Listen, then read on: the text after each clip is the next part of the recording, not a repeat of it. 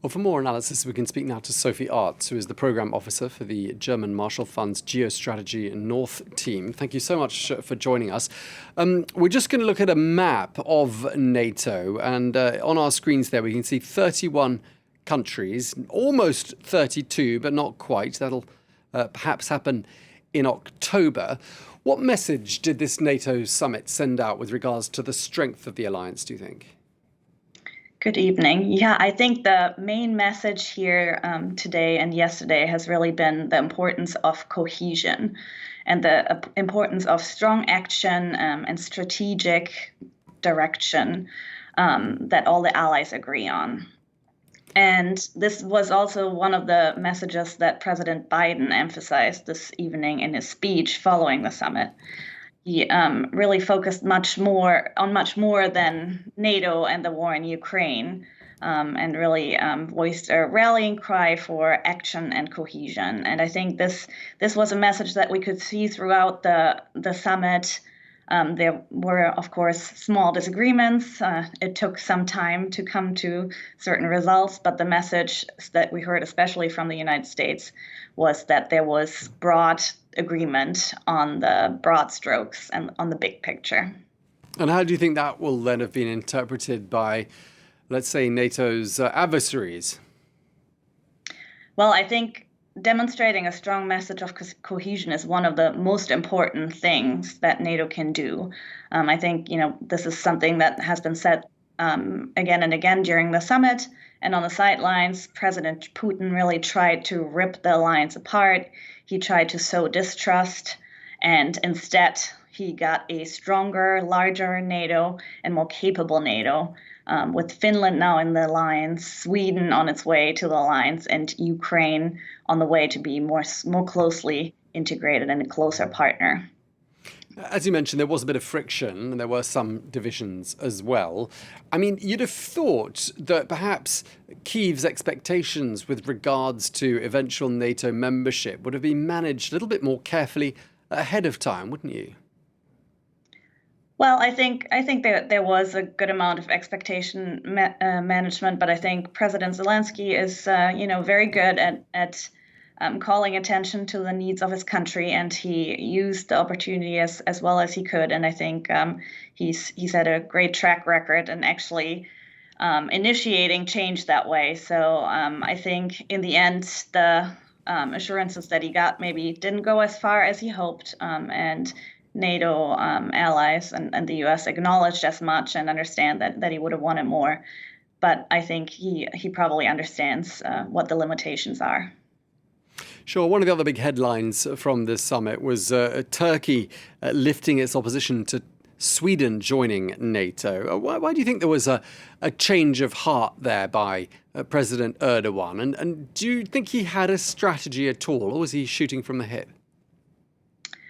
Yeah, I'm not sure. Obviously, I don't have any insights into his mind, but I would say that maybe EU accession was not so much on his mind, but maybe he just wanted to launch a last-minute effort to call attention to Turkey's interests and make sure that the allies paid attention to that.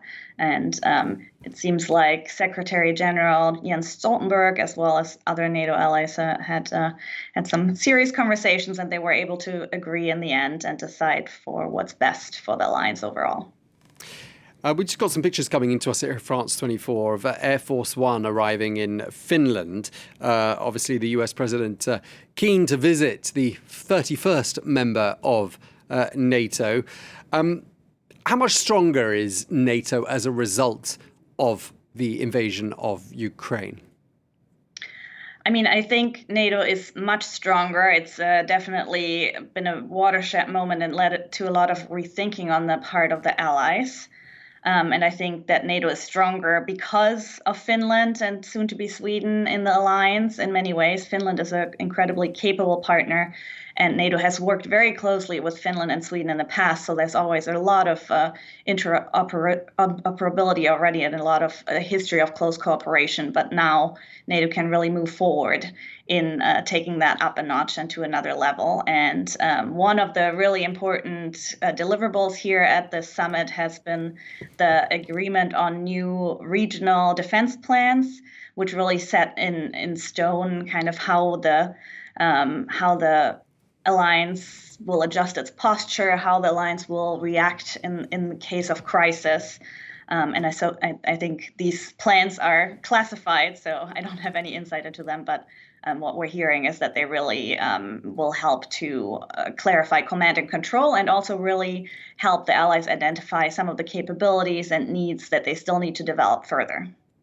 Yeah, So as you're talking, we're just seeing Air Force One come into vision now as the sun sets there in Helsinki, where the US President Joe Biden is just arriving now, having flown in from Vilnius.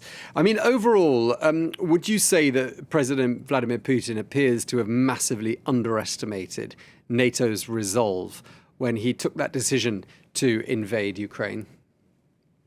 Yes, absolutely. I don't think he could have seen that coming, or else I don't think he would have made the decision. And I think the U.S. has played a big role in kind of setting the direction here. And this is also a point that President Biden made this evening in his speech.